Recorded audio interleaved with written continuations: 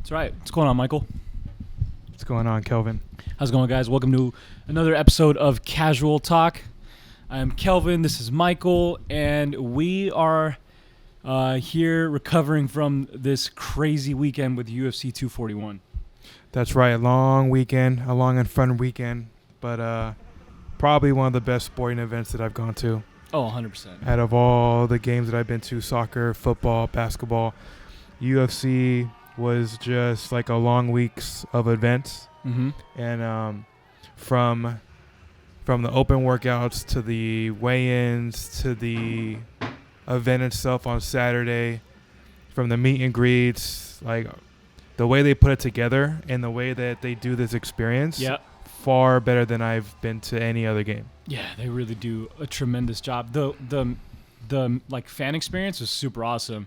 The only thing that sucked was being on the sun. Yeah. I don't know if you guys can tell, but we're like really tan right now. A little bit, yeah. But that was the only thing that sucked. Even when we saw Tony was sweating. Right. Tony Ferguson. Yeah. The fan experience was really fun. I love the way they set it up, and they had different stations for different fighters. Yeah. So we got to meet T-City.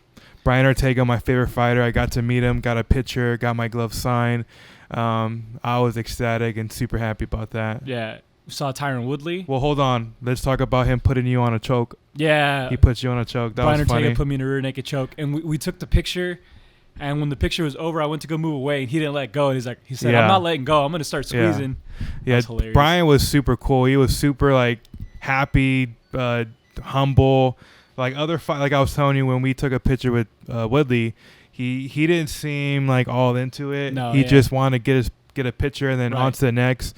Ortega literally took his time to like give you a handshake, tell you what's up. Right. Like he was really cool, and that made that experience a lot better. So did Tony Ferguson. He was super chill. The people's champ was great. And you don't expect that from Tony because Tony's a little awkward sometimes from when you see him on interviews. Yeah.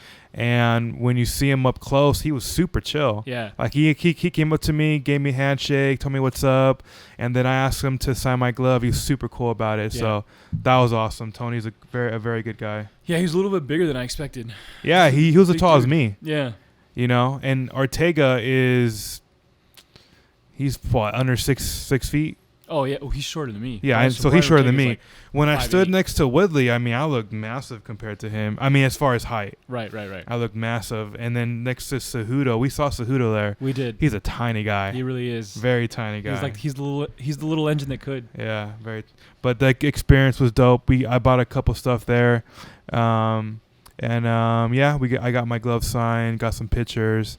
And then afterwards, we went to a fight. And then we still saw fighters. Yeah. We saw Juan Archuleta. Yep. He walked right past us. Yep. And you said, "What's up?" Yeah. And he said, "Hey, what's up?" And then both our phones were dead, so we couldn't take a picture. Right.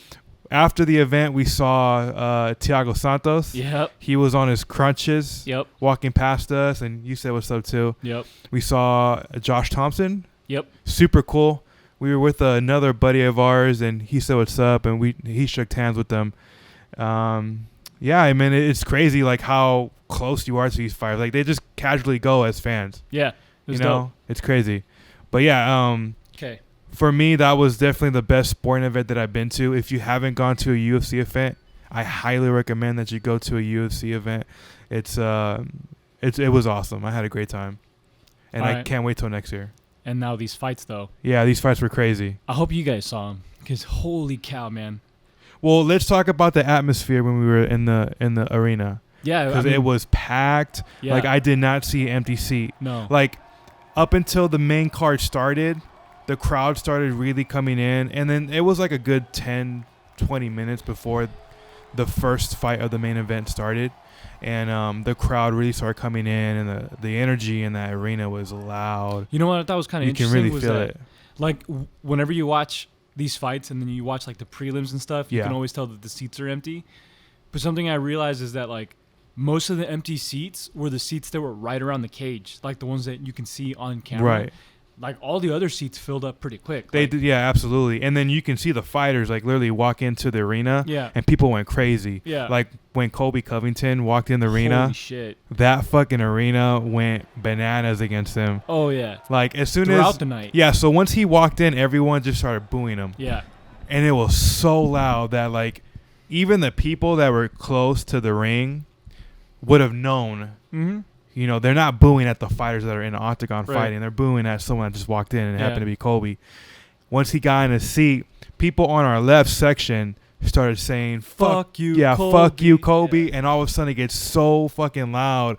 And the entire arena's going, fuck you, Colby. And he was interacting. And I was chanting too. You know, I was like, fuck it, I'm going to join in. Fuck you, Colby.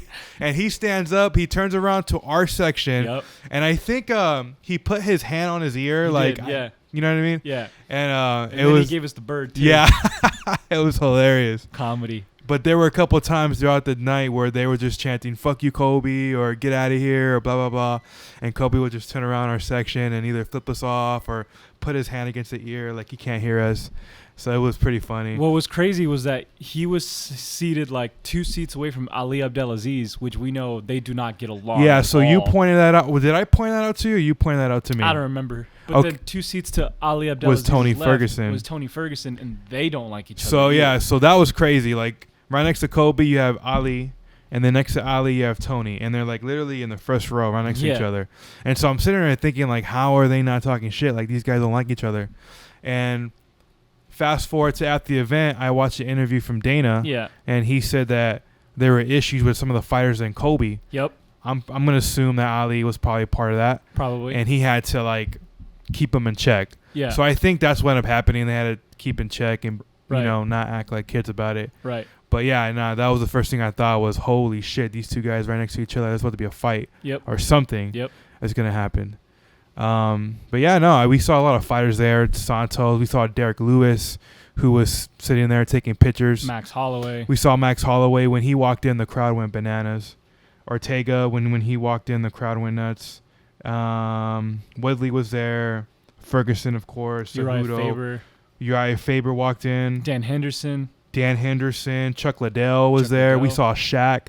Yeah. Now, you were in the restroom, and as Shaq walked past, like, he's not hard to miss. Right. He's so damn tall. Right. You know, it's like Bigfoot. Right. Like, literally, you're watching a black Bigfoot walking by. Yeah. So as soon as I saw him, I was like, that's got to be Shaq. Yep. And he sat behind Dana. We saw Rogan, of course. We were yelling at Rogan. John Anik, Dominic Cruz, Megan O'Leary. I love you. No, we saw a lot of fighters there, so it was pretty cool. We were actually sitting in front of DC's family. Yeah, that was. Which we'll talk about, like the reaction that they had following what happened between DC and Stipe, but you were in the bathroom or you were getting food or something, and I was just chilling there, and they walked right in front of me. Yeah. And I knew it was them because I've seen his wife. Yeah. On the Embedded series a couple times, and then we saw his kid introduce him during the workouts, so I knew it was him right away. Yeah. And I was like, oh shit, DC's family is right in front of us. And then to our right were 2 guys wearing the Nick Diaz Academy shirt. Yeah. I assume they might have been part of his entourage. I don't know. But one of the guys was fucking annoying. This dude kept getting up out of his seat, and he was on his phone the entire time. Yeah. And he wasn't even really about saying, like, oh, excuse me, like, let me get out. That dude was just, like, walking his way through the aisle. So we were sitting there, and the seats in the Honda Center are pretty close. Like, if someone was in the middle of the row and you're on the edge and they have to get up and go to the bathroom, you either have to literally get up and move out of their way so they're not bunched up on you, or you have to turn to the side to give them enough room for him to go out. And every time he kept going in and out, it just seemed like every minute. You know, and it was distracting us during some of the fights. Yeah. Especially in the beginning of the main card. Right. And I overheard him saying he must have lost his wallet. That's right. So because I remember next to you, there was a gentleman. Yeah. And then next to him was his buddy. Yep. And he, at one point, grabbed his phone, put on the flash, and started looking at the floor. Yeah. So I think he was looking for his phone or his wallet. But he kept going in and out, and I was like, in my mind, I was like, if this motherfucker doesn't stop, dude, I'm just going to tell him. And I noticed, like, the people in front of us, DC's family, were also noticing it. Yeah. And they kept looking at it. I'm like, what the fuck is this guy doing? Right. So I was like, oh shit. Like if these people are getting ticked off, then they might tell him something. And I'm gonna take out my phone and see what's gonna happen. World star. Yeah. But because of him, I couldn't really keep a close eye on between Yoel and Costa. Mm-hmm. I did pay attention to a lot, but there were moments where I got distracted because of this prick. But aside from that, the fights were really awesome. And do you want to start from the beginning of the main card or go straight into the big 3 fights that I think everyone really want to pay to see? Yeah, I mean, I want to briefly just talk about a couple of the fights that stood out to me. Okay. Most of them are, if not all of them, are the ones that we talked about last week that I thought were going to be interesting. So, not to take away from any of the fights that we don't mention, but the first fight that I want to talk about was Kyung Ho Kong versus Brandon Davis. Okay. It's kind of what I expected, to be honest with you. It was a fun fight. I don't know how many people are going to really be talking about this, so I'm glad that we're going to mention it. But, man, this fight was really fun. We'll start with Brandon Davis. Brandon Davis, I think, if I'm not mistaken, he's like 1-3 now in the UFC, which isn't, it's not great. But I hope they don't cut him. I hope he sticks around. I think he's fun. He's entertaining. He's got good cardio. And he's game. He's down to fight. I mean, he took that Zabit fight on short notice. Yeah. Right? And you could see in this fight, too, that he's a tough guy. He went to battle with Kyung Ho Kong. Personally, I thought Brandon Davis had won that fight, and they gave it to Kong, which is fine. But I like Kong, too. I'm excited to see him. What I like about both of these guys, though, is that they didn't seem to wait around that long. Mm-hmm. They touched gloves. They got right in the middle of the octagon, and they went to work. They started fighting, and it was good. We saw groundwork. We saw stand-up game. It was a good back and forth fight, and I'm looking forward to seeing what's coming from both of these guys. Okay. And then in the prelims, we had Casey Kenny. Rafael Assunção, or you want to go? And Rafael Assunção. So I thought Rafael Assunção was going to win this fight. I just thought he has got way more experience. He's a veteran, and he's so skilled. I mean, in like the last 3 or 4 years, he's got 2 losses, as we talked about. He's lost to TJ Dillashaw and Marlon Moraes, if I'm not mistaken. But Casey Kenny, man, he's off to a great start. He's a dual champion from LFA. Comes in. His first fight is versus Ray Borg, a tough competitor. A lot of guys, maybe if you guys haven't seen a lot of Ray Borg fights, and the only thing that people know him from is he's getting armbarred by DJ, that crazy suplex armbar. But Ray Borg is a tough dude. So Casey Kenny comes in, he beats him, and then he's taking on Casey Kenny fought. Is this in the prelims? Yeah. Manny Bermudez, the Bermudez Triangle. Was that Mexican guy that everyone was rooting for from TJ? No, that was the next fight. That was okay. Yeah. Or that was on the main card actually. No. So we got Casey Kenny versus Manny Bermudez, and this was an interesting fight for me because Manny Bermudez was coming in undefeated, coming in 14-0, had 3 fights in the UFC already, finished all 3 fights. So it's kind of an interesting fight, right? So I liked Manny Bermudez. He seems really calm, really patient, didn't really ever panic when Casey had his moments. But I think ultimately what made the difference was that Manny was just a little bit too patient, and Casey got to work his game. Either way, though, similarly to the last fight, this is just a fight where I'm looking forward to seeing what comes out of both of these guys, Casey Kenny and Manny Bermudez. Okay. I just realized that we mentioned Rafael Assunção prematurely because he was on a different fight. He fought Corey Sandhagen. Right. That was a good fight. Yeah. We'll get to that in a minute, though. After Casey Kenny and Manny Bermudez, it was let's take a look at the order of this card real quick. What I do want to talk about is Rafael Assunção versus Corey Sandhagen. Okay. So back to what I was saying earlier, I figured Assunção was going to win this fight because he's got more experience. But Corey Sandhagen, man, that dude just keeps showing up. Yeah. They keep throwing him tests and he keeps doing great. Yeah. I like his game. It seems very well rounded. He seems just as comfortable striking as he does on the ground as he does up against the cage. His length is probably going to present some problems for people in the division. He's so long and lanky. And he seems to have a really good fight IQ too. He came in and he fought Rafael Assunção the way you needed to. Didn't give him too much respect. Didn't seem like he was fighting the number 3 guy in the world. Just went out there, did his thing. It'll be interesting to see where Rafael Assunção goes from here, because this could be the beginning of a drop-off for him. Right. And Corey Sandhagen is on his way in, so we'll see what happens next. Shout out to the Fight Geek. I think he said he wants to see Sandhagen versus Peter Yan next. That sounds like a good fight. Right, but what I'm saying is, what about Aljamain Sterling? Well, maybe he can fight for the title next. Right. At 135? Yeah, realistically, though, he'd have to sit out for a while because we know that Henry Cejudo's next fight is going to be Joseph Benavidez at 125, and that's probably going to happen sometime early next year. Yeah. So we'll see if Aljamain wants to sit out that long. But maybe that's a good question. If Aljamain's going to fight Peter Yan, who should Corey Sandhagen fight next? I have no clue. Maybe Frankie Edgar if he comes down to 135? Possibly. I think I'd mentioned that a couple shows ago. I said maybe he fights the winner of this fight, Sandhagen versus Sun Tzu. Yeah. You know? Yeah, possibly. And then you got Derek Brunson and Ian. Hang on a minute. I want to talk about the headliner for the prelims. Okay. Which was Kama Worthy and Devontae Smith.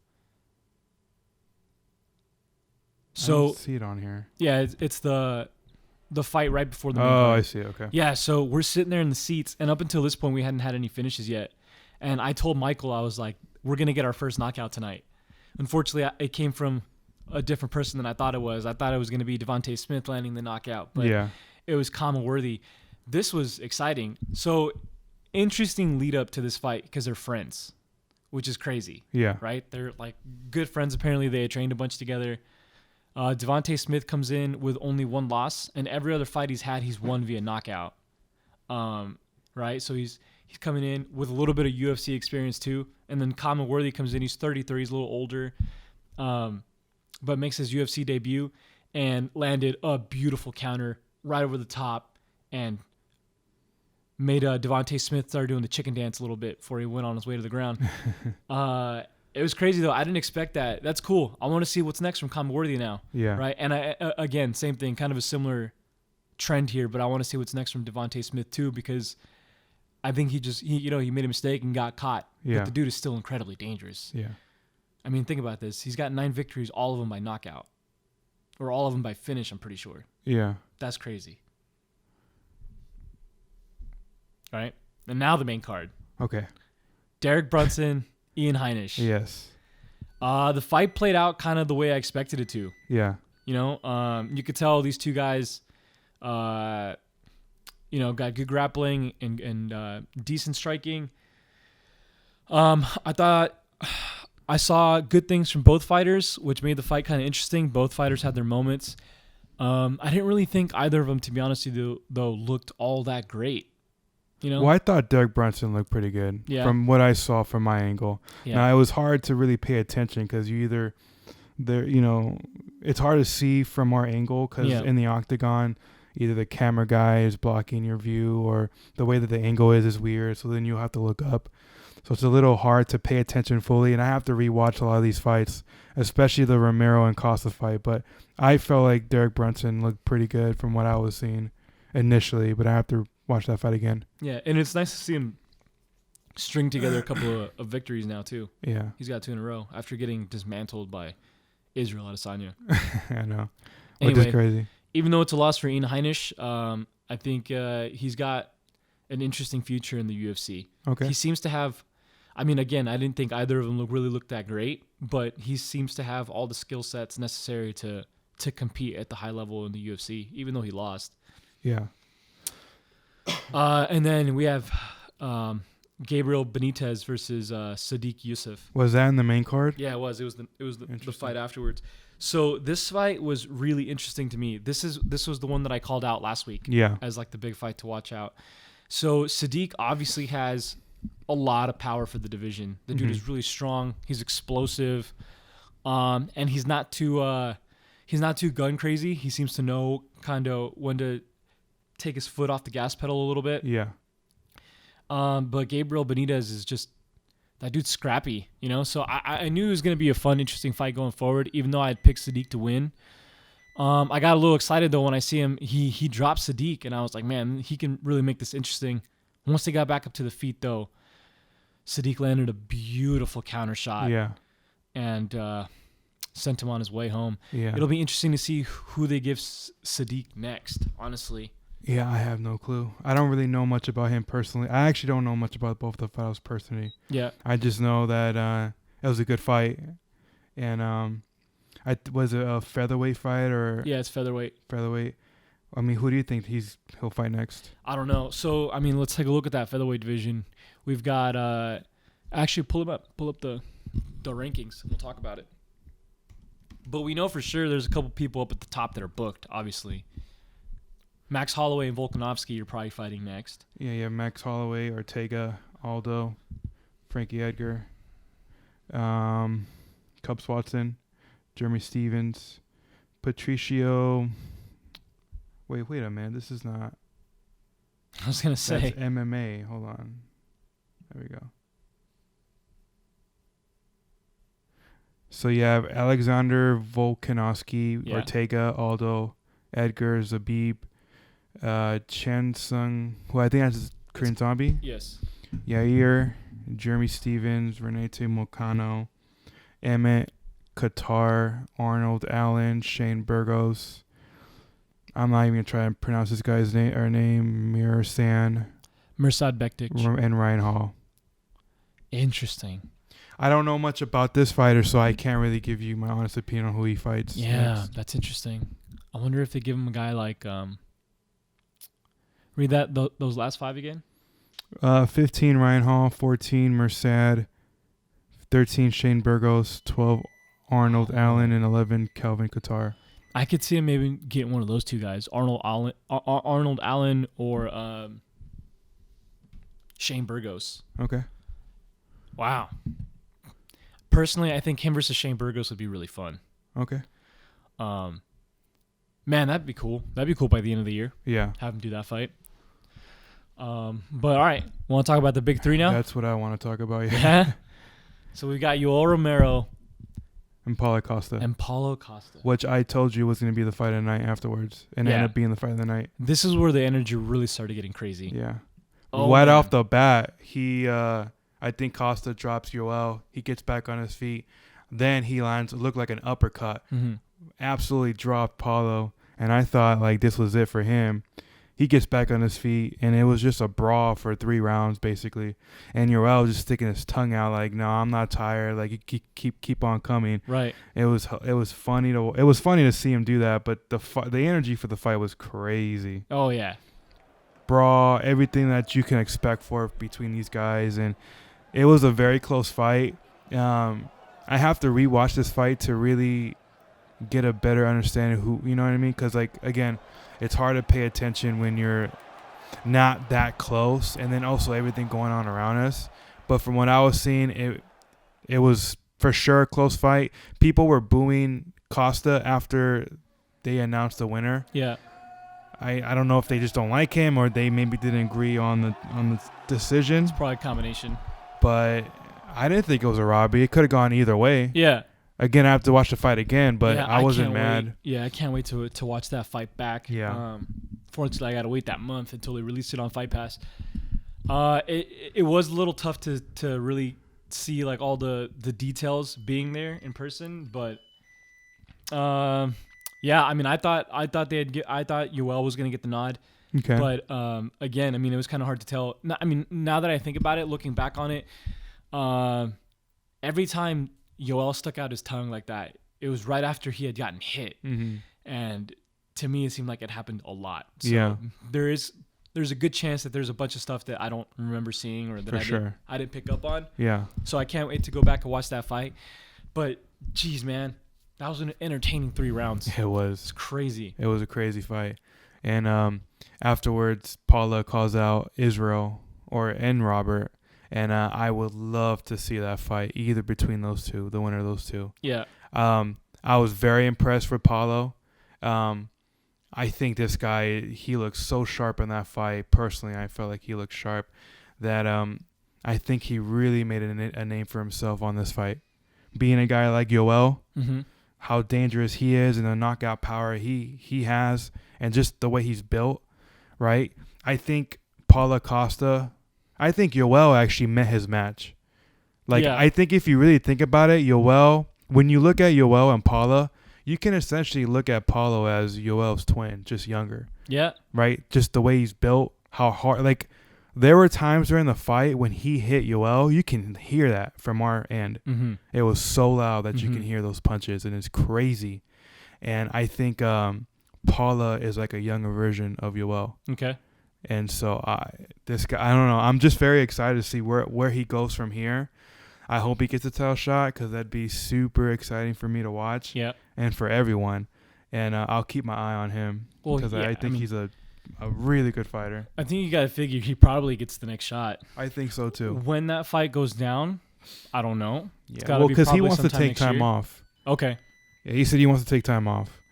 But Dana seems to agree that it seems like he will get the winner between Israel and Robert Whittaker, which we'll talk about later. If not, we'll talk about in a different episode. Right. But yeah, I love this fight. It was easily the fight of the night. A brawl, everything that you asked for, entertaining. The crowd went nuts, and overall, just an exciting fight to watch. Now, people could say this is unnecessary, right? Which, to be fair, it kind of is. What? But what if they make him do it again? What if we get Yoel versus Paulo 2? I can see it happening. I'd rather see Paulo move on from that fight right now. Okay. I'm not really interested in seeing a rematch right away. Okay. Though I wouldn't mind seeing it at some point. Let me ask you a question though. Let's say hypothetically, kind of a similar situation to the previous one we were talking about with Sterling. Like, what's he gonna do? Is he just gonna wait until he gets that title shot?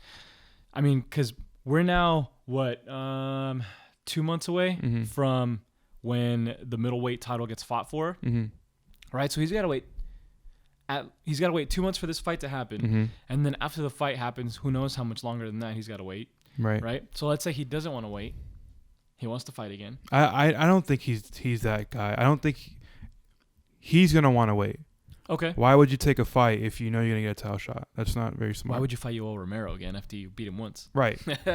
Right. Why not just wait for the outcome between the championship fight and then there's your shot? Yeah. This is honestly, it's just me being. Because that's what Stipe did. It's just me being selfish though. I want to see that fight again. I would love to see a fight. I think I have to watch it again, of course, to really get a better perspective on like the small details of that fight, and how it looked like. But I wasn't upset with the way the outcome ended. And like I said, I feel like Yoel, I mean, who is he going to take time off following this fight? Because now that's back-to-back losses. Well, now this is starting to make me sad. And brawls. This is starting to make me sad now because he's 42. He is. And that's 2 losses now. That's 2 losses. That's 2 wars. That's 3 losses in a row for Okay, Yoel but Romero. that's 2 wars that this guy came out of. Because the one before that with Robert, that was a war. Right. You know, and I don't know where he goes from here. I don't know. Dana doesn't seem like he's, wanting to give run that back instantly. Right. He seems pretty. What's the word I'm looking for? Like he's okay with now Paulo weighing out for the next shot. Right. Right. He's not super wanting to do a rematch right away. But. For what it's worth, I honestly, if they run it back, if when we watch it again, we see that Costa actually won. Yeah, if it was a lot closer, like if it was like literally like down to the nails, then for sure I'd be like, okay, I'm gonna change my stance on this. They need a rematch. Well, but from what I saw, because that fight I was really paying attention to, and it was just back and forth, and forth, and up until the end, I was like, shit. Like the first round, I felt like Paulo won, and then the second round, I had Yoel. The third round, I was leaning towards Costa. Okay. Personally. Okay. But like I said, I have to watch it again. Interesting. No, well, the reason I mentioned that is because I don't think that, for what it's worth, I don't think the outcome would probably be different. I think probably Costa wins it the second time. Win? Okay. The only reason I kind of want him to run that back is because I can't think of like, well, first of all, we don't even know if Yoel wants to fight again. Mm-hmm. He got that money. He got that settlement money. And he's 40-something years old now. Yep. And he's taken a step backwards from the belt. Yep. So we don't even know if he's going to keep fighting. But if he does keep fighting, I don't really have anybody that I'd be interested in seeing him fight. Yeah. Unless he fights like... Unless he moves up to lightweight. Unless Israel loses to Robert, then maybe Actually, no. I'd be down to see Israel versus Yoel for sure. Right away? Well, I mean, like sometime early next year. Well, that depends what they do with Paulo. Yeah, so... Because Yoel is not going to leave for Paulo. So here's what I'm saying. So, like, let's say Robert Whittaker beats Israel Adesanya. Okay. Paulo fights Robert next. Correct. And Israel can fight Yoel. Oh, yes. Got you. So the loser... We'll see. I have to look at the rankings, but we'll see. There's nobody else that I want to see. There's no one else that you want to see. Right. But, I mean, what does Dana want to do? Because he honestly runs this thing. I mean, can you guys think of anybody? There is the Kelvin Gastelum, and he's fighting. His fight just got... I'll be honest, I'm really not that interested in seeing Kelvin Gastelum versus Yoel Romero. Who's he fighting? Who? Kelvin Gastelum? Yeah. There's rumors that he might fight Darren Till. Darren Till, that's what it was. At middleweight. We'll see. I don't know. I mean, I don't know where Yoel goes from here. Yeah. We don't know. I guess that's a good question. The whole talk is what does DC do next? Paulo Costa just went up 5 spots. He's now ranked number 2. Interesting. Wow. Yeah, so he's getting the next title shot. Yeah. Whatever Yoel does, we don't know. Right. And to say that Yoel's gonna get the winner between, let's say, Costa and whoever wins, that's gonna determine, or that's gonna come to how long that takes, right? Because once this fight happens, we don't know how long it'll be until Costa gets his title shot. Right, exactly. Let's say it's another 6 months. Right. Anything could happen in that middleweight division in 6 months. Yeah. Kevin Gastelum can come out crazy with 2 fights or whatever, right? And now people want to see him over Yoel. Right. We don't know. Anything can happen. Right. So it'll be interesting to see where he goes from here. Yeah. Or maybe if Jack Hermanson has an outstanding performance versus Jared Cannonier coming up. He's number 5. Maybe he's trying to work his way up there. It's but possible, I can't see somebody leapfrogging Paulo. No, not right now. Mm-mm. I think he's solidified his spot on the next shot. Yeah. After this fight with Adesanya and Robert Whittaker. With that being said, they want to move on to the next fight. That's right. Anthony Pettis, Nate Diaz. That crowd went bananas for Nate shit. Diaz. That was such a that whole arena was heavily Nate Diaz favored. Yeah. The energy in the crowd was crazy. Crazy for Nate Diaz. And as soon as Anthony Pettis walks out, everyone boos him. You could tell because like we sat pretty close to where the tunnel was where the fighters would come out, and every time a particular fight was coming up, you could see a couple people inch their way closer to that barrier so they could try to get a high five. Yeah. And I think usually from where we were sitting, the collection of people at the barrier was maybe 3 or 4 people. Yeah. So it wasn't that hard to get to get there. And then when Nate was gonna walk out, it was everyone 15, started going close to the rails. Yeah, it was heavily Nate Diaz's favored crowd, and the fight lived up to all the expectations that we had. So let's talk about it because I got this one way wrong. So if we go back to last week, not only did I get the pick wrong, but I got the way that the fight was going to play out completely wrong too. So I picked Anthony Pettis for this fight. I believe you picked Nate Diaz, right? I did pick Nate Diaz. Yeah, so going into this fight, I mean, I figured I didn't think that the ring rust thing was going to be that big of an issue for Nate Diaz. I didn't think so either. But there is something to be said about just not having that in-cage experience for 3 years, right. Whereas opposed to Anthony Pettis just came off a good victory versus Wonderboy Thompson, where he was getting pieced up. Listening to the build-up to this fight, it just the recipe looked like it was going to be a disaster for Nate Diaz. So, number one, you have this whole thing where Anthony Pettis seemed like he actually had some beef to squash with Nate. We watched the promo videos, and there's even that segment where Duke Rufus comes out and is talking about Anthony Pettis is really about that life. His dad got killed on his block, and you could just tell that it seemed like Anthony Pettis. But he's never been that fighter. No, he hasn't. Which made it interesting though, that he was. It seemed like he had a little extra motivation in the tank. Right, for sure. What I mean? And Nate Diaz seemed like he had gotten over completely. So, count that for whatever you think it's worth. But it seemed to me like Anthony Pettis was slightly more motivated going into this fight. On top of that, I heard Anthony Pettis talking about how he was changing his body during training and training specifically to do something a little bit different. He said he wanted to be heavier when he fought Wonderboy because he just wanted to be like a brick wall in front of him, like an unmovable object.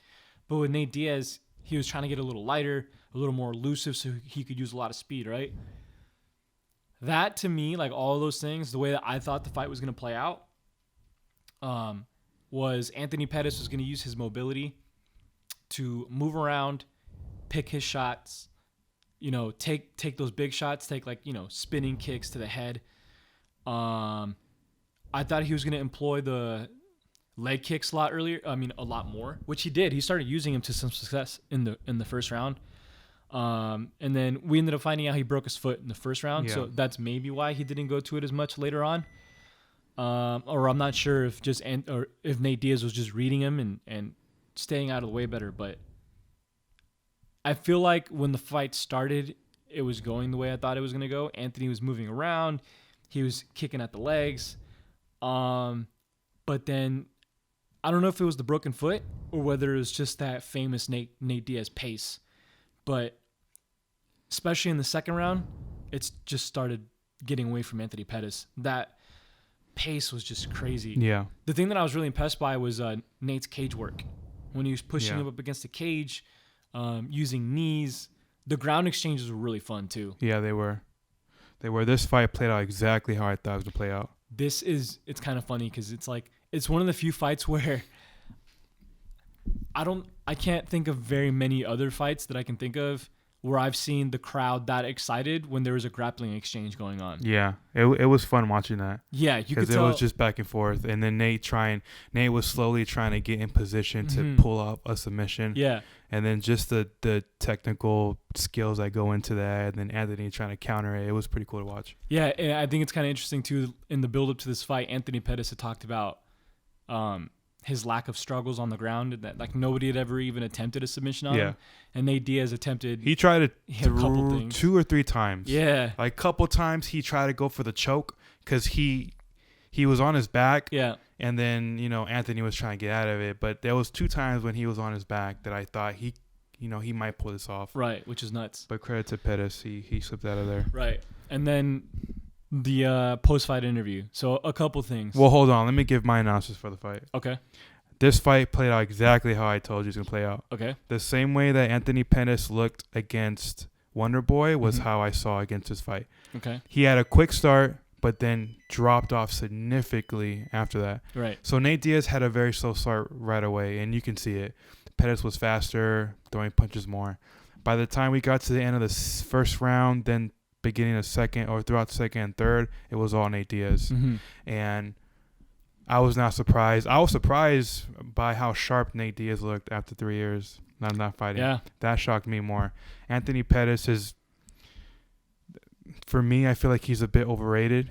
I think he's like, and I think a lot of people would agree with me, is like he's not a great fighter. Okay. He's been a good fighter throughout his career. Yeah. And he had one great moment winning a championship. Yep. Since then, he's just been up and down. That's fair. He's never been a great fighter for me. Okay. And so that's why, like, when we went into this, I just didn't see him beating Nate Diaz. He's never really been that guy. Okay. For me, at least. And this fight showed me that. And now that's 2 straight. No, I'm sorry. Now, he looked the same from this fight and the last fight. He looked good, but he didn't look great. He had one great punch that ended the last fight, and then this fight, same thing happened. He drops off too quickly. And to be fair, if he doesn't land that punch versus Wonderboy, he probably loses that fight. You know that. Mm-hmm. Like, there's no argument against that. Right, and that'd be 3 straight losses for him. Yes. So I don't know where he goes from here. His coach is saying that he wants him back in lightweight. 155. Yeah, I don't know. There's just a lot of confusion. Well, I mean, he's a great fighter and he's a good fighter. Yeah. But I wouldn't consider this guy as a great elite fighter. Okay. That's fair, I think. That's my personal interpretation of Anthony Pettis. He's fun to watch. He's got a highlight reel. For sure. He's fun to watch. I like watching him fight. Mm-hmm. But when he goes against some of the guys, the bigger names, you know what I mean? Like, the really great fighters, I haven't seen anything throughout his career that he stood out against those guys. Right. Can you think of a name that he's like a big, great fighter that he's beaten? Well, I mean, you kind of touched on it. It was his big moment, beating Benson Henderson in one round. Right, when he won the championship. Yeah, then he loses his title against RDA, right? Yeah. Mm-hmm. So since then, has he had a big moment win? I mean, that considered him to be this guy's legit one of the best. Well, I mean, he has that victory versus Wonderboy, but I don't know if it made me think. I mean, like, I don't know if. But Wonderboy's not on it. It was an impressive win. Yes. But the way I looked at it was he just he picked the right time to throw a good shot, and it caused him to win the fight. But I mean, I hate to say it, but I think you're right because he was. I mean, that's 3 fights in a row now, where he's just getting like picked apart. Yeah. You know. I don't know what it is because like he's fun to watch. Right. You know what I mean? Yeah, I don't know what it is, and he's got good coaches like in his team. Right. I don't know what it is, but when I look at Nate, Nate has great wins. Right. He beat Conor. Yeah. Shocked the whole world. Right. Now he came back after 3 years and beat Pettis. Yeah. Now he might go against Masvidal. Right. What I saw from Nate Diaz was so impressive to me. Yeah. So impressive to me. For sure. That, now he's calling himself the pound for pound king. Like, I don't blame him. Like, he looked so good. Man, he's so good. When he's like when he's in the post fight interview, he's like, and with this belt I want to defend it against. I was like, what are you talking about? And he's called it like the ass kicker, like best ass kicker championship or whatever. Yeah, something like that. And I don't disagree with him. The baddest motherfucker on the planet. Right now, to me, it's a toss up between him and Masvidal. Dude, that as fight. the baddest motherfuckers in the game. Yeah. And them two fighting is I'll pay my money right away to watch the struggle all the time, right? Is like the fights. Like if you're in a fork and there's 2 different fights, there's the fight that makes the most sense, and there's the fight that would be more fun. Right? In this day and age, like most of the time it's the fight that's going to be fun. Mm-hmm. Right? The reason I'm talking about this is because of the way things have played out. A couple of weeks ago, right? Like a couple weeks ago, we're talking about potentially doing Jorge Masvidal versus Kamaru Usman. Right. Right? And then Colby has that performance versus Robbie Lawler. Yep. And it makes Colby like obviously the front runner for the next fight versus Kamaru. So at that point, we're like, okay, Jorge Masvidal versus Leon Edwards makes the most sense, right? Not no more. Not okay. So that's exactly what I'm saying. Yeah. Not anymore. Yeah. So to me, still the fight that makes sense, like as far as like a competition goes and the way that the division is playing out. Sure. The fight that makes the most sense is Jorge Masvidal versus Leon Edwards. Right. But this is the fight game, and that's not how it goes. Right. It goes who you want to see fight. Yeah. And what the fighter wants to do. Right. And what makes. And man, let me tell what you, makes it sucks. more money. I feel so bad for Leon Edwards. I feel so bad. I feel a little bad, but not that bad because I really want to see Jorge Masvidal and Nate Diaz. Are you kidding me though? Like, are you kidding me? How much fun would that fight be? That would sell through the roof. 2 guys that people are so hyped up about right now, right? Masvidal and Nate Diaz are like on a hype train right now, and that fight would just be crazy. Here's the thing. Dana White, and rightfully so, because those guys are killers. Yes, they can fight. So here's the thing. UFC, dear UFC, if you come at me with Jorge Masvidal versus Nate Diaz in a 3-rounder, go fuck yourself. Oh, that fight! I would love to see that in a 5-rounder. That fight needs to be a 5-rounder. Yeah, that'd be crazy. Period. Yeah. Make it a non-title fight main event. I don't care. Well, we know it's not going to be a main event on the pay-per-view because it's a non-title fight. Do it. I know for sure. But you know how Dana is. Yeah, I know. He wants to give every main event of a pay-per-view a championship. To be fair, I mean, somebody correct me if I'm wrong. The last time we had a main event that Diaz and McGregor too. Diaz. Yeah. Yep. Who knows? Maybe he'd be willing to loosen up his strings a little bit. Here's what I say. If the fight that makes the most sense is Jorge Masvidal versus Leon Edwards, and you're going to say, fuck that, let's make the money fight, let's make the fun fight, and let's do Nate Diaz versus Jorge Masvidal. Yeah. Just double down. Go balls out. Right. If you're making this fight because it's the most fun, then make it the most fun and make it 5 rounds. Well, yeah, it's the most fun. I think it makes sense right now because Nate Diaz, after this fight, yeah. What is he going to be ranked now? He's going to be easily in the top 15. There's no question about it. They fight in welterweight. So Nate Diaz is now number 7. Wow. And Masvidal is number 3. The rankings are updated already? Yeah. Holy shit. The rankings just got updated. Nate Diaz is ranked number 7 now after not being ranked. And Masvidal sits at number 3. So now it makes sense because Leon Edwards is... Oh, no, I'm sorry. Leon Edwards is 4. Holy crap. Okay, so then what if they do... Look, and if you're basing fights off rankings, then yeah, Jorge Masvidal, his next fight, you would think would be Leon Edwards. But again, this is not about the rankings. Right. And fighters will tell you they don't give a shit about the rankings. Right. It's about who do you want to see to fight next? Who do Right. people want to see fight next? Yeah. And I would be shocked if someone told you they'd rather see Nate or Jorge Masvidal versus Leon. than Nate Diaz and Masvidal. So then, I mean, let's continue. Because it's a business at the end of the day. It is. And the UFC is going to do what makes them the most money business-wise. So then if we're going to do that, then who does Leon fight next? Well, let's look at the rankings then. So you still have Woodley, who doesn't have a fight, who's sitting at number 1. Oh, man. Sorry. I mean, I hate to interrupt you, but I hope they haven't signed that fight yet between Darren Till and Kelvin Gastelum. Because, I mean, never mind. I'm probably talking out of my ass here because that fight has already been talked about. So it might It's have been already rumored, signed. yeah.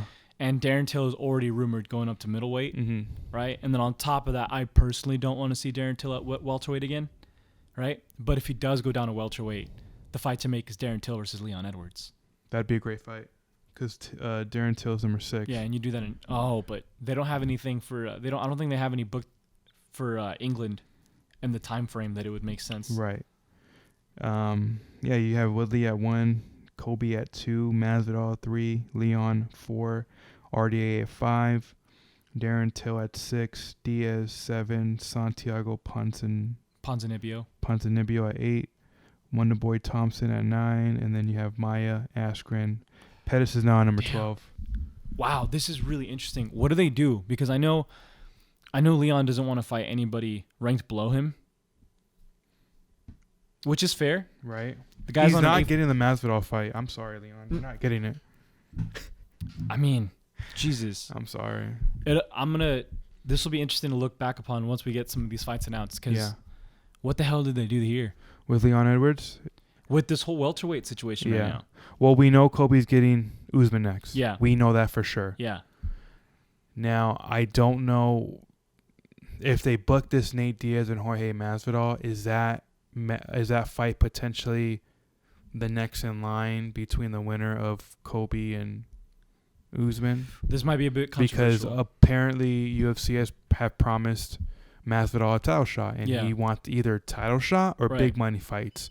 Yeah. He's not going to get the next title shot, so we know his big money fight is Nate Diaz. Yeah. He knows that. Right. That's a big fight for him. It is. So. Jeez. What would happen? What if Nate Diaz beats Masvidal? Now, what does Diaz do? I don't think he cares for the title. Nate Diaz? I don't think he cares for it. No. I think he just wants to make money and gain respect, right? Right. I don't think he can give a shit about the title. Right. But it'd be crazy seeing Nate Diaz as a champion. Okay, so here, man. That'd be crazy. Jesus. So many different situations can play out here now because it's fun. It's fun seeing this. If they do Nate versus Jorge and Nate wins, right? The thing that like people are gonna start talking about is that, well, if you just beat Jorge Masvidal, you should get a title shot. Yeah, exactly. But what if Nate legitimately doesn't want to fight Kamaru? He's throwing out names that he wants to fight. He said Masvidal. So if he's picking guys that like have been in the game for a long time, and he feels like are the cool fights. So this is random and not a fight that anybody is talking about or asking for. But what if he beats Jorge Masvidal? It wouldn't make any sense ranking wise. But what if he fights like RDA next? I don't know. I don't know. I think at 170. I feel like he'd rather fight Conor. Yeah, if he beats Jorge, I think he'd rather fight Conor because obviously he said it in his interview, like it's gonna be up to the UFC on what they want to do, and if they make it happen, they make it happen. So he's not against it. Right. Right, and he knows he's gonna make over $1 million on that fight. Yeah. Does Conor want to? I mean, I guess. Come Conor on, you know, fucking Conor. He wants to end that trilogy with Nate Diaz. It's gonna happen. I know this is gonna happen. I don't know if we'll see Khabib and Conor ever. Yeah. I don't know. Right. It's gonna come down to what Conor's gonna do at the 55. But I think it's a safe bet that we're gonna see a Nate Diaz Conor McGregor 3 at some point. Okay. Yeah. I'd put my money on it. Yes. Oh, okay. I'd put my money on it. So who knows, man? My only concern and my only doubt is if Conor's really been like super obsessed about getting this fight again with Khabib, and his focus has been entirely on 155 completely. So that includes like body composition, stuff like that. Because he's a small welterweight, he's a really small welterweight. Yeah, and he's already got a size disadvantage against Nate. Yeah. I don't know if he wants to fight at 170, but who knows? Conor wants. The last time we heard that he mentioned in his post-fight interview, Nate has to come down to 55 if they want to do that trilogy. Nate, if that's what it's going to. Nate doesn't want to do that. Yeah, I don't know. Who knows if the Conor trilogy is the exception, but I know Nate has said he doesn't want to make the cut to 155 again. Yeah. Especially now that he's ranked at welterweight. You know what I mean? We might not get to see the trilogy, but who knows? Who knows? Crazier shit has happened. I think it's safe to say though we're gonna get Masvidal and Diaz. Yeah. But the fans want it. We want it. This whole welterweight situation is giving me a headache. Hopefully some... it's like the lightweight division. Hopefully the peeps out on Twitter and YouTube and Instagram can help us out with that, because that's a mess. We'll definitely post a poll on this. Yeah. And get some insight from people. Now the heavyweight bout between DC and Stipe. Okay, so... For the record, we both picked DC for this fight. We did. Side note, we were sitting directly behind DC's family. DC's family, yep. Like, if I put up my feet to, like, rest up against the chairs if I reached out my hand, I can touch him. Yeah. Like, we were that close. We're literally right behind him. So, kind of an adorable moment when DC was coming out. I was literally sitting right next to his kid. He's like, "Let's go, Dad!" Like, yeah. I was like, it was super adorable, big moment. And then this fight starts to go down, and DC was dominating the 3 rounds. So for me, it was first round. Right from the first round, I was like, "Man, this looks like it's gonna be a DC whooping all over again." Yep. A couple of moments in the fight, though. So first of all, something that really interested me was that the main weakness that DC had picked out from Stipe going in the first time was that that Stipe kept his hands low. Yeah. Especially coming out of the clinch, right? That's a major adjustment there, is that DC picked out that Stipe keeps his hands low, and that's what he used to take the world title from him. And the thing that shocked me the most was that Stipe didn't seem to like change his style at all for this fight. His hands were low still the whole fight, and it was costing him a lot. I mean, don't get me wrong, he landed his shots, obviously, but DC said it himself. He was like, he's like, I fell in love with the hands because he was just there to be hit. And it's true, for 3 rounds, DC was touching him and touching him and touching him with harder and harder shots.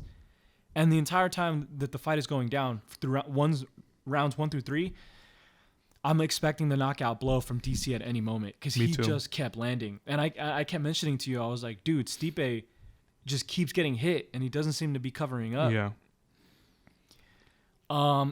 A couple things were interesting though. Some of the wrestling exchanges were pretty interesting.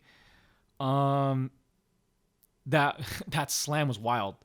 Yeah, that was a wild moment where he picked him up and he kind of stood there for a minute. Yeah. And after the Jessica Andrade slam for Rose Namajunas, every time people go up like that now, I'm just like, what's gonna happen on the way down?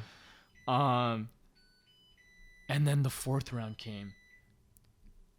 It's crazy how quickly that adjustment made a difference of Stipe going to the body.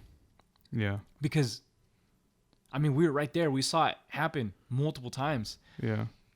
And I kept thinking to myself, like, on one of these, DC's going to block and counter. And that could be the finishing blow. Yeah. And that's exactly what I thought was about to happen. They had both been hit. They had both been damaged heavily already. Stipe especially had been hit with some heavy shots. And he just kept going to the body with that left hook, kept going to the body. And I was like, one of these times, DC's about to catch that, come over the top, and put him back to sleep. And then he lands that body shot. He lands that 1-2. DC stumbled, and I was like, oh my God. And then he hit him with a 1-2 again and sent him back into the cage. And at that moment, man, I literally like could not believe what was happening. Like, I was speechless. I couldn't believe it. And then Stipe comes over, starts following up. The referee calls it, and it's pandemonium. Yeah. It was nuts. Yeah, I was absolutely shocked. I could not believe it. Yeah, I was shocked. Here's the thing. Like, we talked about this the night of. It's not that we didn't think Stipe could win this fight. Stipe could absolutely win this fight. I'm saying this from the position that we were in before the fight. Okay. Right? Before the fight, we already were incredibly aware of how great Stipe is. Right? We were already talking about how he's one of the greatest heavyweights ever, if not the best. Well, now you feel like Stipe is. Right. So it's not like we didn't think that Stipe could win the fight. He absolutely could. It's just that DC's DC. Like, undefeated at heavyweight, undefeated against anybody not named John Jones, still fighting at a super high level.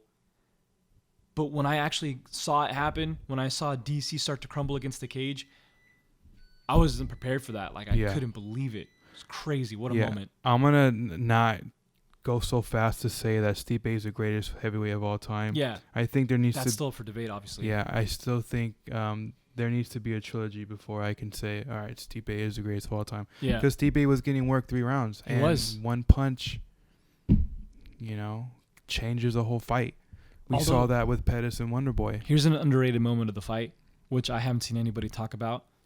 If I'm not mistaken, I'm going to go back and fact check this after this. Probably should have done it before, but whatever. We saw Stipe take down DC. If I'm not mistaken, I think it was one time. It's like only the second time DC's ever been taken down, which was nuts. Yeah. Granted, he wasn't down for long, but I still thought that was kind of interesting. Yeah. Yeah, it's I was absolutely shocked that Stipe, and just the way that he caught him with the punch, and then DC started going down, then that's all she wrote. And I think the entire crowd was shocked because it just got silent. Like, not like super silent, but if you look around, everyone's faces were like, oh my God. Yeah, it was crazy. It was really rough being next to DC's family, though. Yeah, so it hit them hard, really hard. Well, his kids, man. Yeah, they were just like, I think he cried. Yeah, his kids were crying quite a bit. And it was a little bit tough. His wife disappeared. Like, I think she was ringside. Oh, okay. I think that's where she went. That makes sense. She went ringside. And it must have been like the aunt or something. Yeah. The lady that was there looked very similar to DC's wife, but that was rough. Especially like coming in as a neutral party. I was gonna be super bummed out for whoever lost, but I was also gonna be super stoked for whoever won. And so, like, I was heartbroken for DC, and at the same time, I was really excited for Stipe. So I wanted to celebrate that, but it was just so hard. Like, I was, I was clapping my hands. Yeah. I was like, great fucking fight, clapping my hands. Good job, Stipe, right? Yeah. Man, what a moment, though. It was unbelievable, dude. Great moment for Stipe. He finally got his belt back, and now that's 5 championship wins for him, right? Yeah. Because they did they posted up like the most championship wins in the heavyweight division, and he was second. And I can't remember who was first, but he was second now. And I was like, great win for Stipe. He got to avenge his loss, and then we'll see what happens after this. I would love to see a third fight between those two. Yeah, so hang on. Before we start talking about a rubber match, so everybody's talking about this great adjustment that Stipe made because it was a brilliant adjustment to start going to the body, which eventually ended up to his finishing sequence. But I actually have I'm interested in some adjustments that he didn't make. One of which being, his hands, which everyone keeps their hands in a different place for their fighting style. And it's obviously a tough habit to break, and it changes the way that you fight. But to be getting tagged that many times from a guy like DC, who has power, right? He felt it. It knocked him out. It was just a little bit weird to me. Like, and I'm sure we'll probably get comments from somebody who's super educated in boxing. Hopefully we do, so that we can understand why. But it just didn't make any sense to me that Stipe just kept getting hit over and over again and never really shelled up, never put his hands up. And the other adjustment is that going into the fight, we were also talking about the way that Stipe likes to fight. And DC being so short and his reach obviously not being as long as Stipe's, his best bet to start landing damage on you is when you get close. When you step into the pocket, when you step into range, that's where he can hit you. And that's where DC likes to get into the clinch and start doing damage, right? Yeah. It's a pretty smart, common thing for people to do that are shorter and have a size disadvantage. Henry Cejudo just did it. Yeah. Versus Marlon Moraes. he was in a lot of danger, and the adjustment that he made was to get in close, get in the clinch, and use knees, use elbows. Now that you're in range, you can land shots. So the interesting thing to me was that the way that Stipe was choosing to attack DC in the first fight, he didn't really make a strong enough adjustment, in my opinion. So I'll explain. A guy that has that much reach advantage over a guy like DC, a guy like Jon Jones, for example, right? His main tactic that he's going to use is to pick shots from the outside.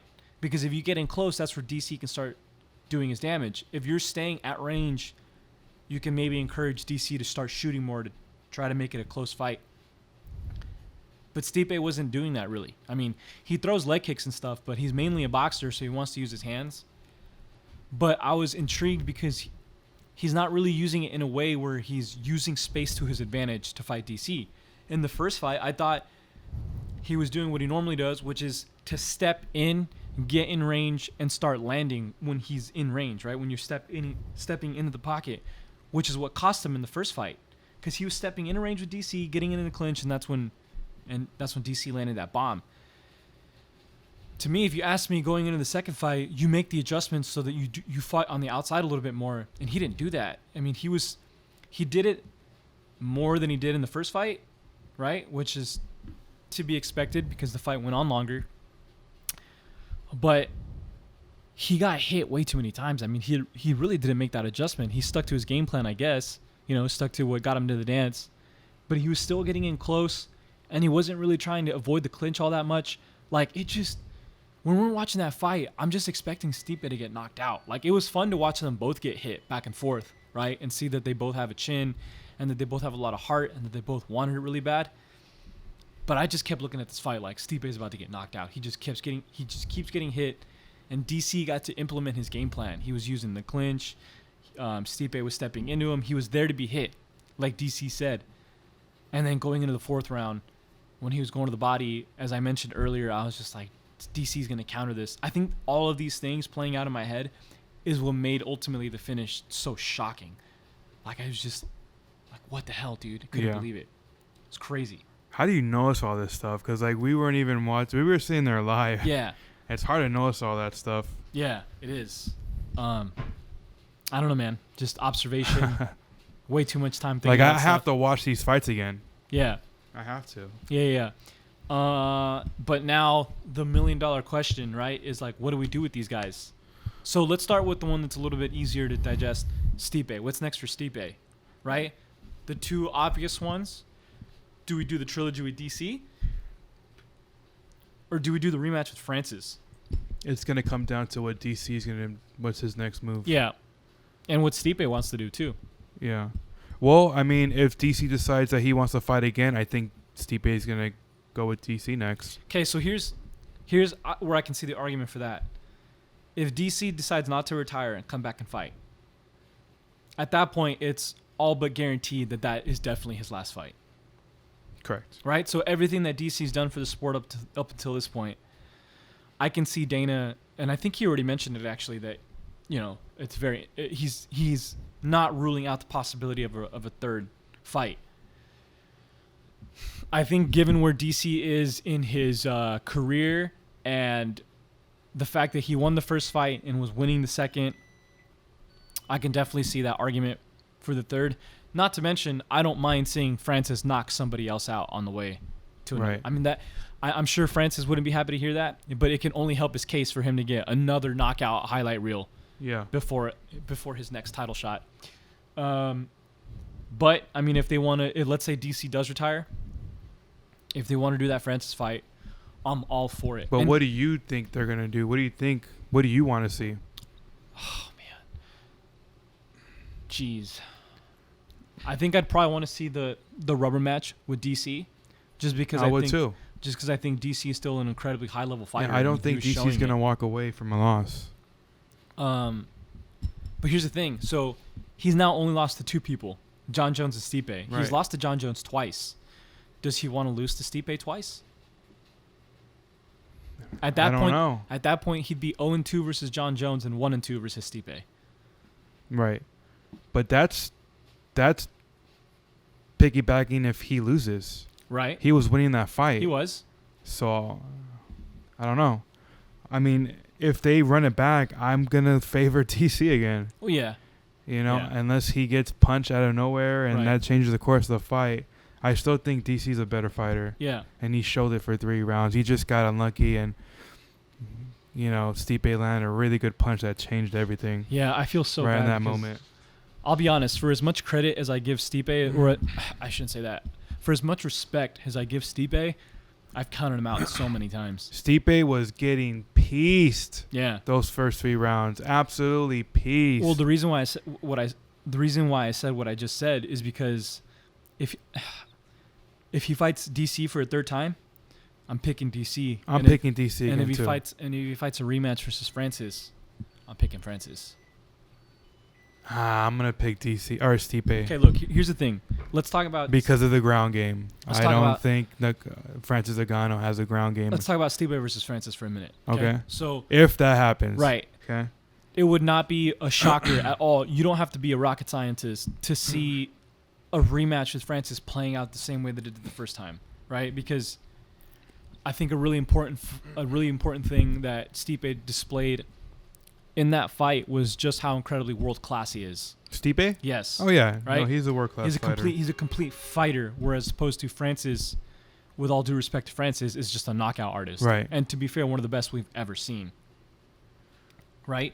We've yet to see Francis really do anything remarkable on the ground or with clinch work or anything like that. It's his forte obviously is just hands. He's a knockout artist, right? So, I mean, logically, you look at it, and Stipe is still the better fighter by a lot. I mean, as far as like an overall well-rounded game goes.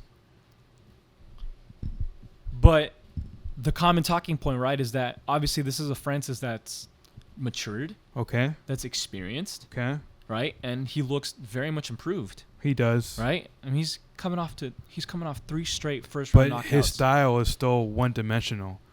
It is, right? But here's the thing. Obviously, that first fight versus Stipe changed Francis. Yeah, for sure. It affected him quite a bit. And a guy that's that determined and that skilled and that committed, you have to think like he's got to. If anything, his most improved aspect is possibly something we haven't even seen yet, and that's his wrestling. Because consider this, right? The wrestling is what really made the wrestling and the gas tank is what really made the difference in that fight versus Stipe. That's another big question mark is his gas tank. Yeah. Because in a 5-rounder. Right. His last 3 fights combined are less than 5 minutes, so we don't know what his gas tank looks like, right? And we know he throws hard, so big guys who throw hard are gonna. He hit Stipe with stuff, and Stipe survived. So there is that also. For sure. But you have to think, if wrestling was what really did him in that first fight, he's been obsessively training wrestling since then. Okay, that's one thing to consider. Second thing to consider is that after fighting Derek Lewis, he fought Curtis Blades. And you ask anybody, and pretty much Curtis Blades' game plan in that fight is you take Francis down, and you did what Stipe did to him. Because Curtis Blades is a better wrestler than Francis is, right? So you know he was training wrestling for that fight. Okay? After that, he fights did he fight Kane next? Yeah, he fought Kane next. He fought Kane. Okay? If you're anybody who knows anything about MMA and you're going to fight Cain Velasquez, your wrestling better be on point. You know he trained wrestling hardcore for that fight versus Kane, right? Ended up not needing it, but after the beating that he got from Stipe, right? You figure he's training super hard. He had to train super hard for Curtis. He had to train super hard for Kane. I don't know how much ground game he worked for JDS. I'm sure he probably worked from jiu-jitsu. But my point being is, I think you can absolutely make a case for Francis being developed enough and improved enough to fight Stipe again and to possibly have it play out differently this time. I'd be shocked if Francis beats Stipe. Absolutely shocked. Absolutely shocked. The only thing he has is knockout power and his punching. It is. Nobody. I don't think anybody's denying that. But that's the thing is, it's like, with a guy like that, the question's always, well, if he can land, then X, Y, and Z happens, right? Yeah. And his if you can land has happened several times now. Right. I don't know.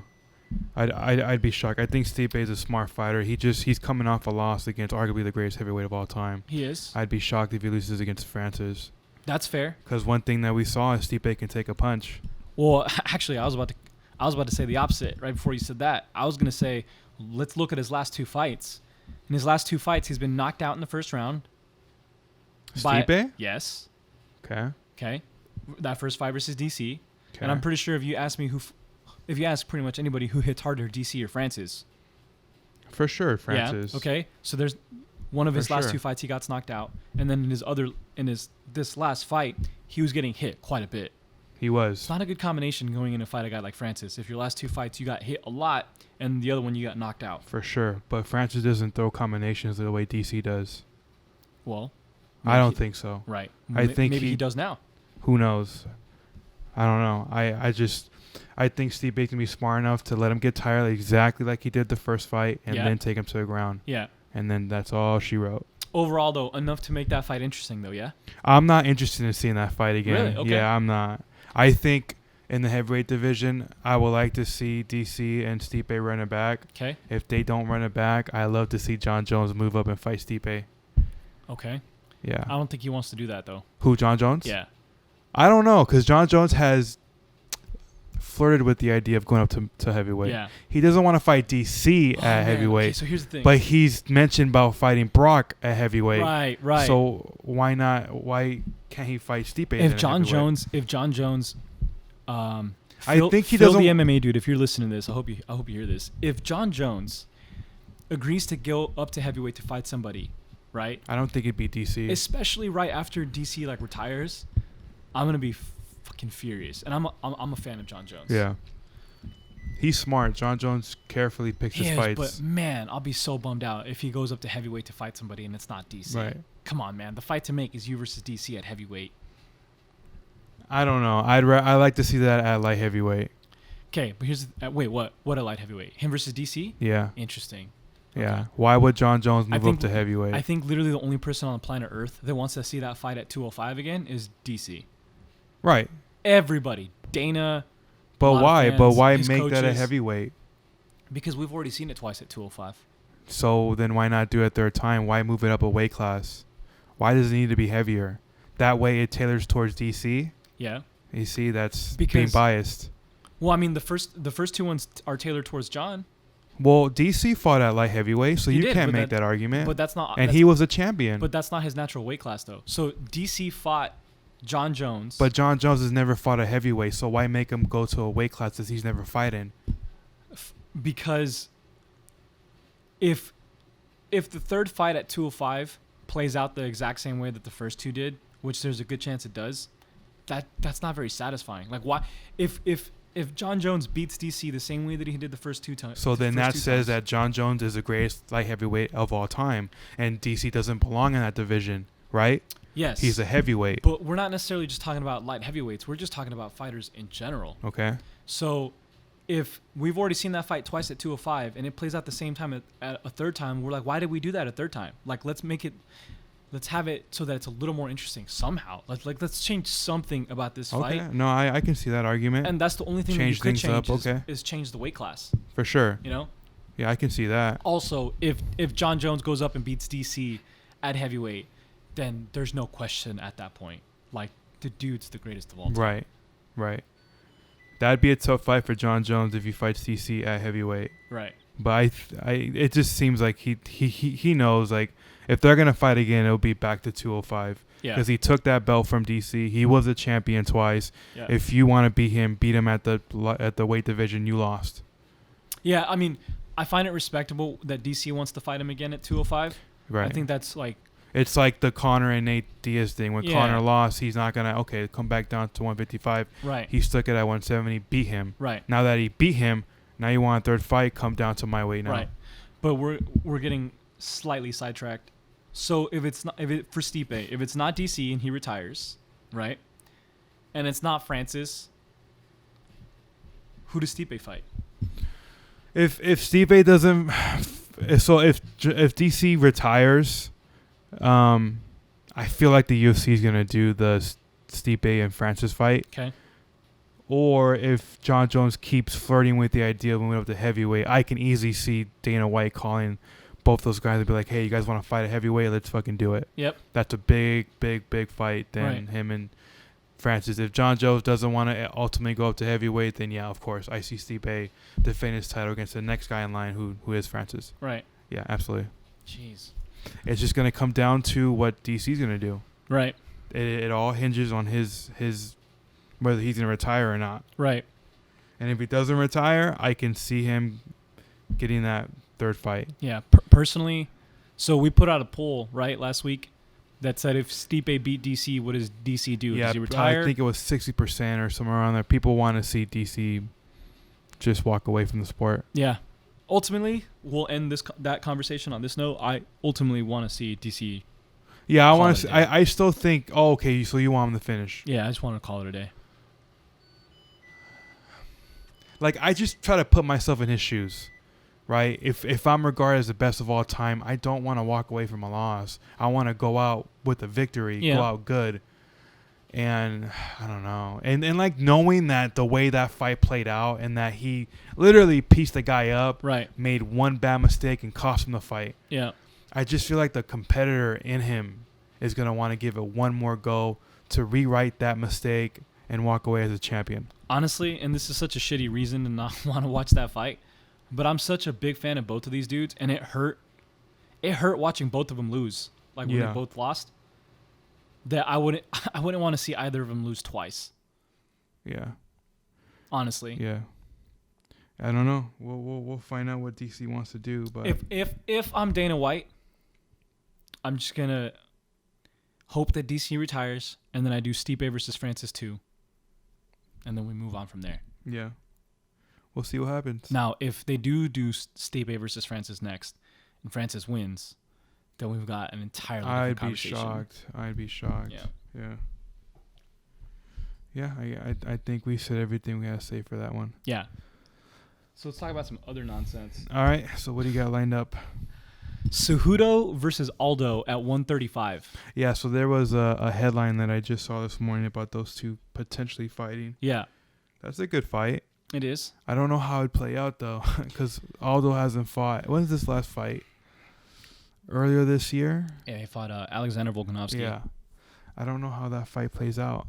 Well, what does Jose Aldo look? Well, okay, so look, there was this conversation about potentially Jose Aldo versus Conor McGregor at 155. Yeah, which I hated. And we were all like, well, what does Jose Aldo look at 155? What does he look like at 135? 135, yeah, I was surprised to hear that at 135. Because I don't think he's ever fought at 135, I don't think so either, yeah. if I'm not mistaken.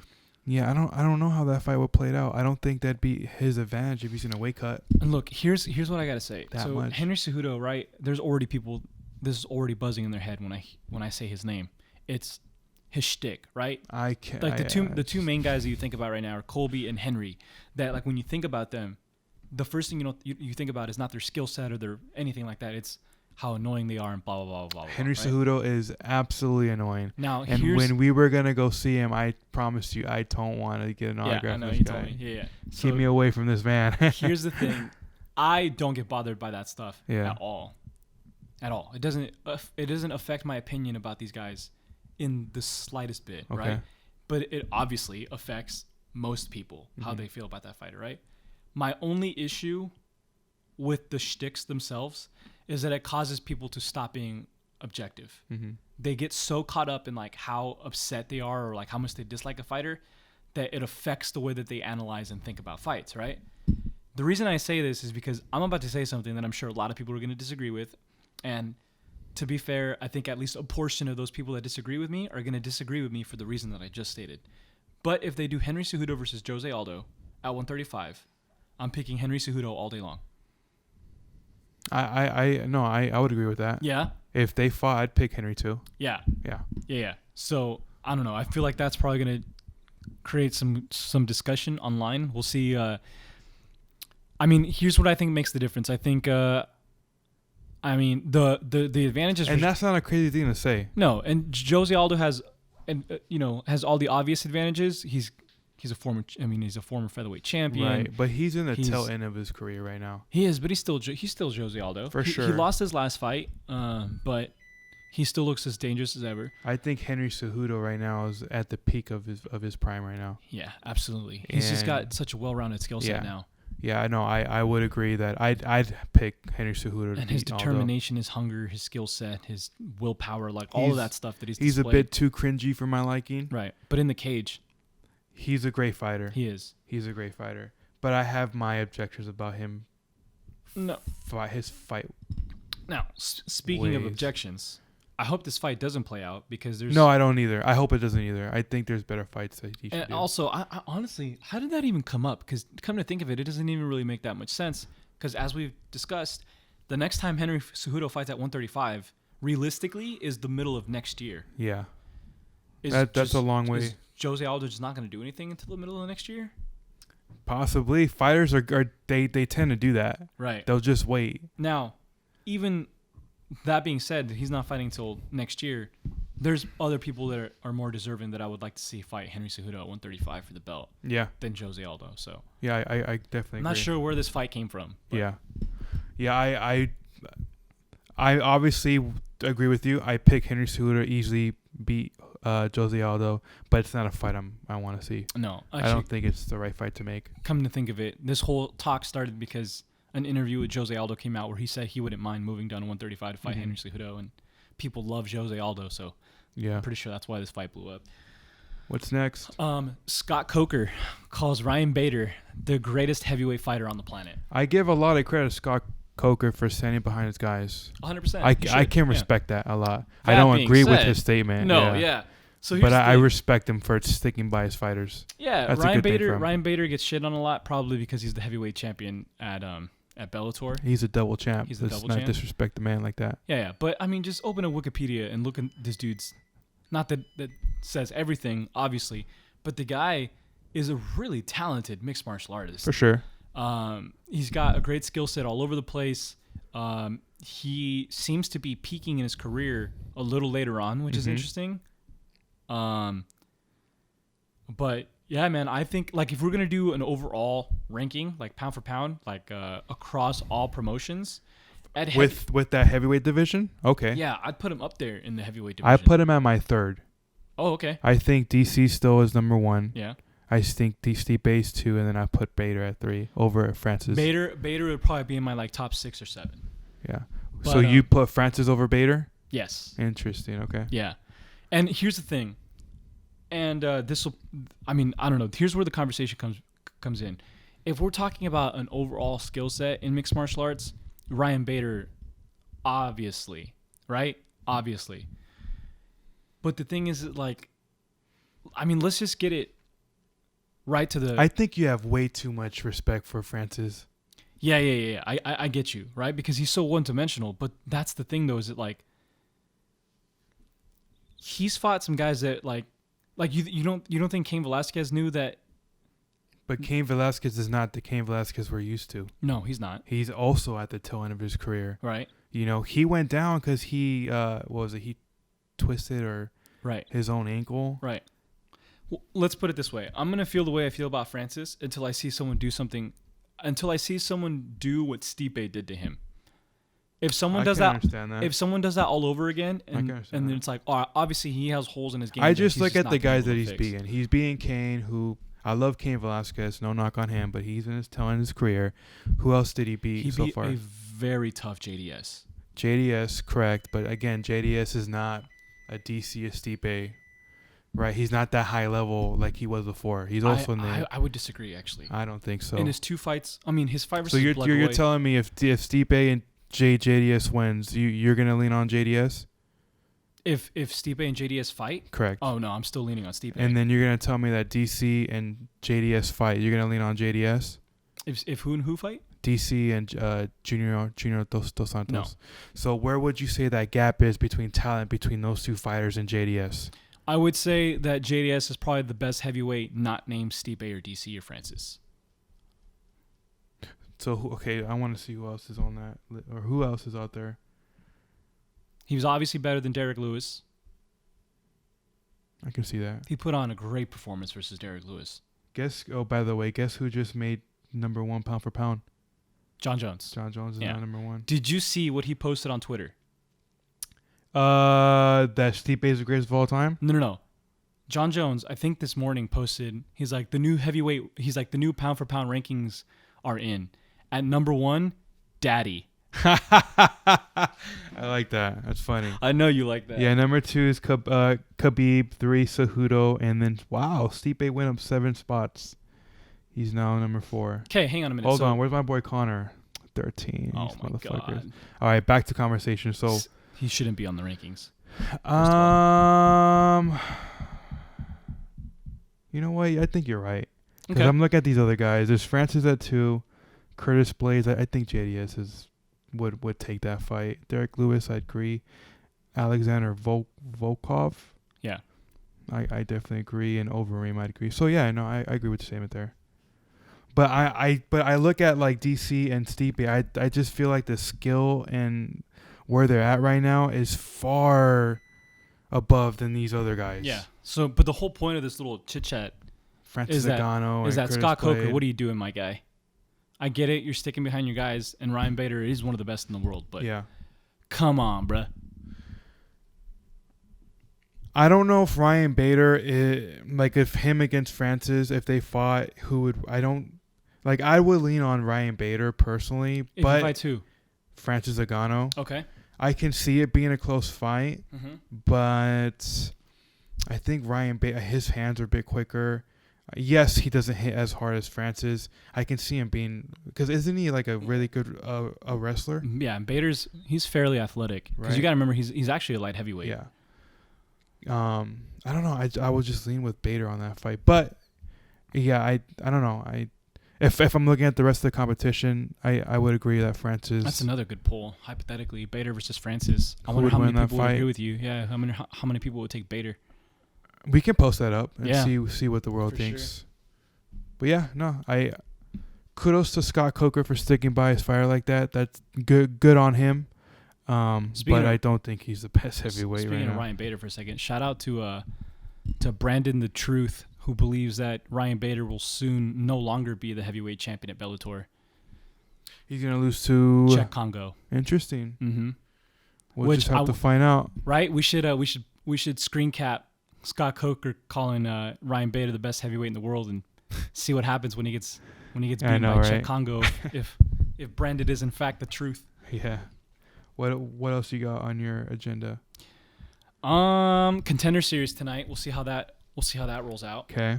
Which by the time this comes out, those fights. Yeah. Well, by the time we post this video up, the fights will have already happened for sure. Mm-hmm.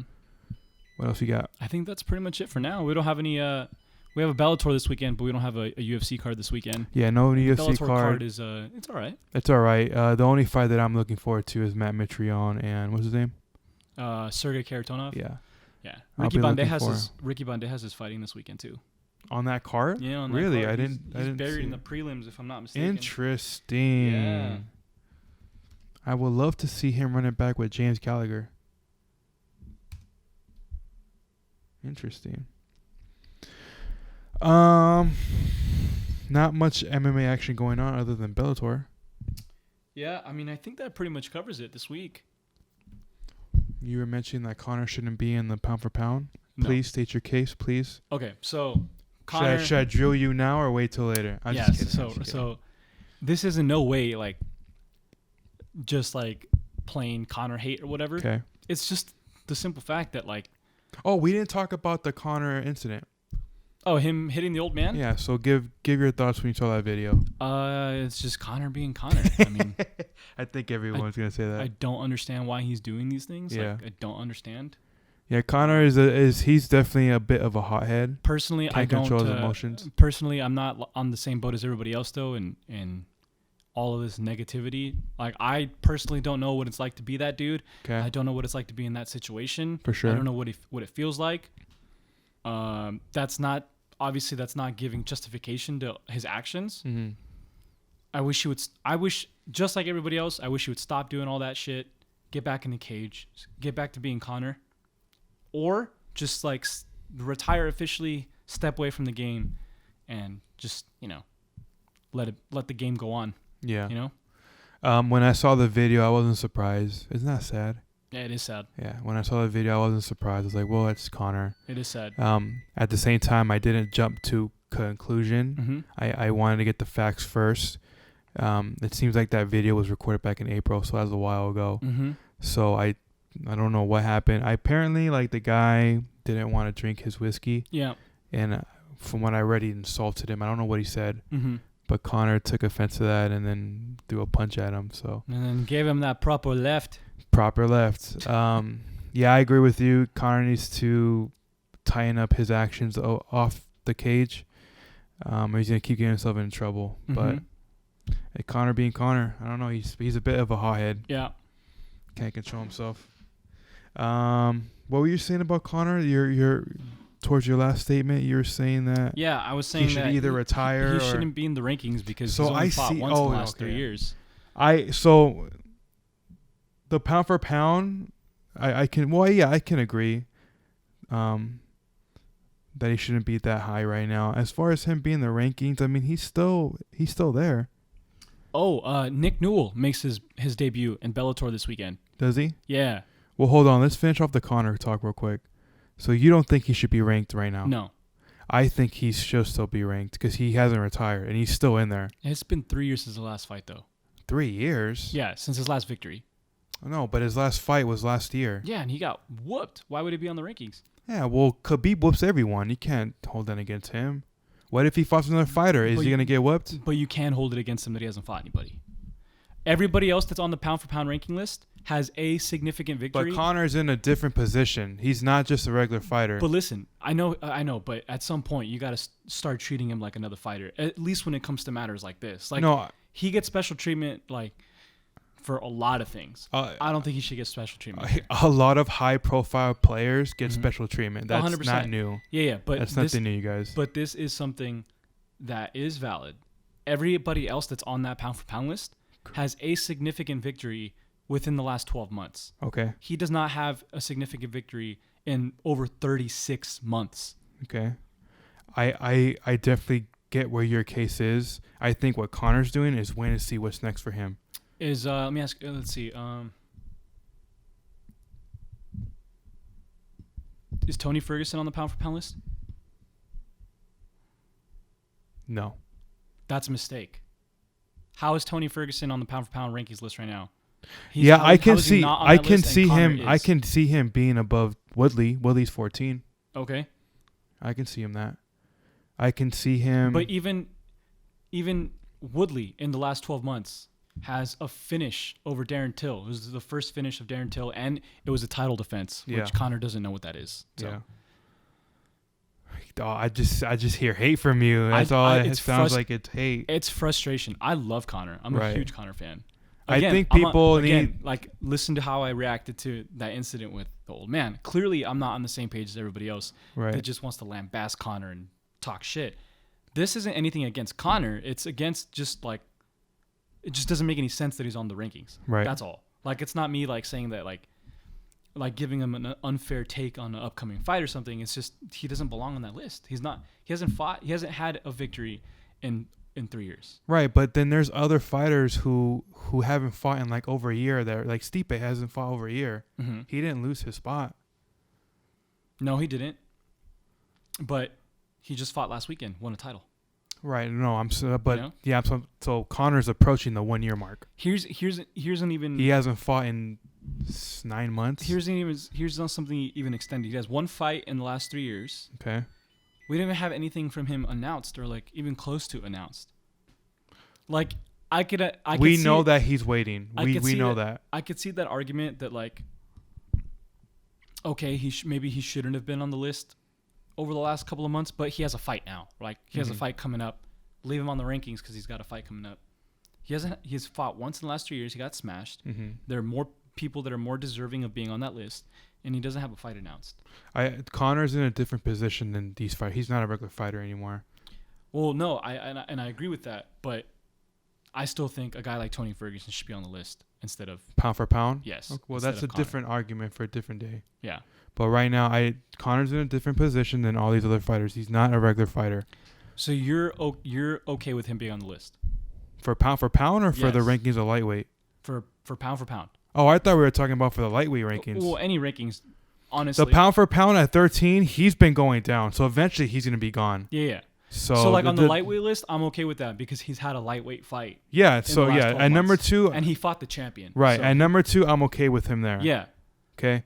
Him at 13, whatever. I don't really pay attention to that. He's been going down month after month. So eventually he's going to be out of this ranking. It wouldn't even matter. Yeah. To be clear, for that whole conversation, I was specifically referring to him being on the pound for pound list. Okay. I don't think he belongs there. On the lightweight list, yeah, I see that. Okay. Mm-hmm. Yeah, no. On this list for pound, if it looks like in another month or two he'll be out of the list. So yeah, he'll unless be out of there. Unless he gets the fight announced and then. Actually, I'm sorry. Tony Ferguson is ahead of Conor. Okay, sweet. He's number 10. That makes sense. Yeah, I missed that one. I think that's it for. I don't have anything else. Do you have anything else? Yeah, I think that's it for Do you just want to finish talking about our experience for the week? Yeah, I mean, your thoughts about the whole event. You liked it. Blah blah blah. Yeah, I mean, it definitely lived up to expectations and even exceeded them. The only thing, ironically, is I don't know if it's probably has something to do with where we were seated. Although I think we're gonna try to get closer the next one around. Although sitting somewhere else, I don't know if it would completely fix the problem. But as far as like, especially looking at like little details and stuff like that, really quick moments, it's still a little harder to watch the fights live than it is to watch him just like sitting on TV. Yeah. Obviously, we can see everything. Yeah, so from our angle, it was a bit difficult again because like either the camera guy is blocking your view or the certain position of the octagon, like those little corners. Yeah, well, we sat on the side of the octagon with the door. Yeah, so that blocks it. But then you look up and they have the pay-per-view feed going up in the TV. The tough thing about where we were sitting is that if you can't see, obviously, you look up at the big screens. But the two big screens that were in our direction, one, the angle was kind of weird because we were sitting off to the side, so we weren't looking directly at it. We were looking at it from like the side, and then the one that was on the other side was blocked by one of the pillars with the speakers on it. So we didn't have the best view of the cage. We also didn't have the best view of the big screens. But other than that, I would say that was just a small knock. Yeah, that's it. Everything else was incredible. Yeah, not to overshadow the entire experience. We had a great time. I can't wait to do it again. The energy there was so phenomenal. Like I said, the best sporting event that I've attended to, and I can easily see how this can be addicting. Yeah, 100%. Want to go again because I think next year when they come back to California, it's going to be at Staples Center. Yeah, and then Vegas eventually. Yeah, so yeah, I definitely can't wait till we go next year. The fucking train. Train time, baby. Sometimes it's good. That's just telling us it's time to wrap it up. Train time. Yeah, I had a great experience from weigh-ins, from open workouts when we got there early. Got up close and personal with Nate Diaz, Pettis, Miocic, Cormier.